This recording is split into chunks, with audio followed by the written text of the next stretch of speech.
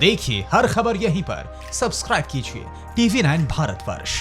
भारत के साथ चालबाजी और सीनाजोरी करने वाले चीन को अब पूरी दुनिया में समझ में आ रहा है, पूरी दुनिया को, और वो पूरी दुनिया में घिरता जा रहा है। घबराए चीन को अब रविंद्रनाथ टैगोर की कविताएं याद आ रही हैं, लेकिन चीन की हरकतों से वाकिफ भारत ने जल, थल और नभ में अपनी तैयारियां और तेज कर दी हैं। उधर अमेरिका भी चीन के खिलाफ अब खुलकर भारत के साथ आ गया है। स्वीडन के एक पत्रकार ने गलवान में चीन की साजिश के पीछे का राज खोला है। इस बीच चीनी कंपनियों को उत्तर प्रदेश के मेट्रो प्रोजेक्ट से बाहर कर दिया गया है। तो आइए शुरू करते हैं न्यूज टॉप 9 का सिलसिला, और सबसे पहले देखते हैं भारत चीन टकराव का टॉप 9। दुनिया भर में घिरती चीन को अब भारत के साथ अपने बेहतर संबंधों की याद आने लगी है। चीन को अब भारत के महान कवि रविंद्रनाथ टैगोर की कविता याद आ रही है। चीन के सरकारी अखबार ग्लोबल टाइम्स के संपादक ने ट्वीट कर कहा, जब वो छोटे थे तो टैगोर की कविताओं को पढ़ा करते थे। वो बॉलीवुड की फिल्मों के प्रशंसक हैं और उनको अंतर्राष्ट्रीय स्तर पर भारतीय बुद्धिजीवियों की उपलब्धियां प्रभावशाली लगती है। लेकिन ग्लोबल टाइम्स को लगता है कि भारत को अपने उग्र राष्ट्रवाद पर अंकुश लगाना चाहिए। लद्दाख में चीन की विस्तारवाद नीति से सतर्क भारत ने अब चीन को हर मोर्चे पर घेरने की योजना बना ली है। भारत ने अब अंडमान निकोबार में भी अपनी ताकत को बढ़ाने का फैसला किया है, क्योंकि चीन की जमीन ही नहीं बल्कि समुद्री सीमा पर भी नजर है। ऐसे में भारत भी समुद्री सीमाओं पर अपनी सैन्य ताकतों में इजाफा कर रहा है, जिससे हिंद महासागर में चीन को घेरकर उसकी नापाक चाल को फेल किया जा सके।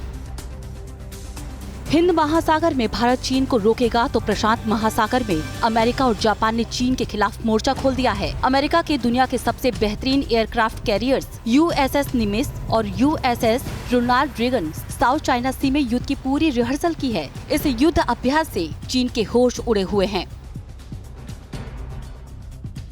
प्रधानमंत्री नरेंद्र मोदी के लद्दाख दौरे के बाद परेशान चीन ने एक बार फिर पुराने वीडियो के जरिए प्रोपेगेंडा के दम पर अपनी सेना को मजबूत दिखाने की कोशिश की है। चीन के सरकारी अखबार ग्लोबल टाइम्स के जरिए चीनी सेना के युद्ध अभ्यास का पुराना वीडियो एडिट कर जारी किया गया। ग्लोबल टाइम्स के संपादक ने ट्वीट कर कहा कि भारत की तुलना में हम काफी मजबूत हैं, PLA के साथ खिलवाड़ न करें। चीन की घेराबंदी में भारत को बड़ी कामयाबी मिली है, क्योंकि जापान अब भारत के साथ खुलकर आ गया है। जापान जल्द ही भारतीय सेना के साथ एक सीक्रेट डील करने वाला है, और इसके लिए जापान ने अपने डिफेंस सीक्रेट कानून में बदलाव किया है। जापान अब भारत, ब्रिटेन, ऑस्ट्रेलिया और फ्रांस के साथ अपने सीक्रेट साझा करेगा। दुनिया भर में चीन को अलग थलग करने को लेकर भारत की कूटनीति अब रंग ला रही है। लद्दाख के गलवान में 15 जून की रात को चीनी सैनिकों के साथ हुई खूनी झड़प को लेकर स्वीडन के पत्रकार बर्टे लिंटनर ने बड़ा खुलासा किया है। पत्रकार लिंटनर की रिपोर्ट के मुताबिक भारत के साथ चीन किसी सीमा विवाद की वजह से नहीं भिड़ा, बल्कि चीन बहुराष्ट्रीय इंफ्रास्ट्रक्चर कार्यक्रम बेल्ट एंड रोड इनिशिएटिव यानी BRI को खारिज करने पर नई दिल्ली को सबक सिखाना चाहता था।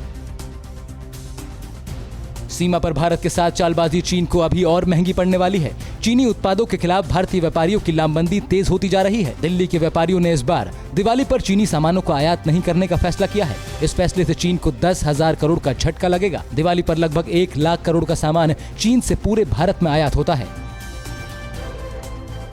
बॉयकॉट चाइना मुहिम के तहत चीन को भारत से एक और बड़ा झटका लगा है। Uttar Pradesh metro rail corporation ने कानपुर और मेट्रो प्रोजेक्ट को लेकर चीनी कंपनियों का ठेका रद्द कर दिया है। अब इसका ठेका भारतीय company messrs Bombardier transport India private limited को दिया गया है। इससे पहले BSNL, MTNL और हाईवे के प्रोजेक्ट से चीनी कंपनियों को बाहर किया जा चुका है।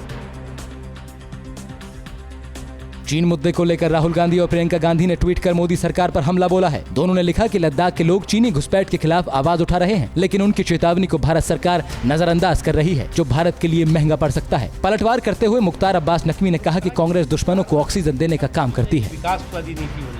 अड़ी सोमवार से शुक्रवार शाम 6 बजे सिर्फ TV9 भारतवर्ष पर।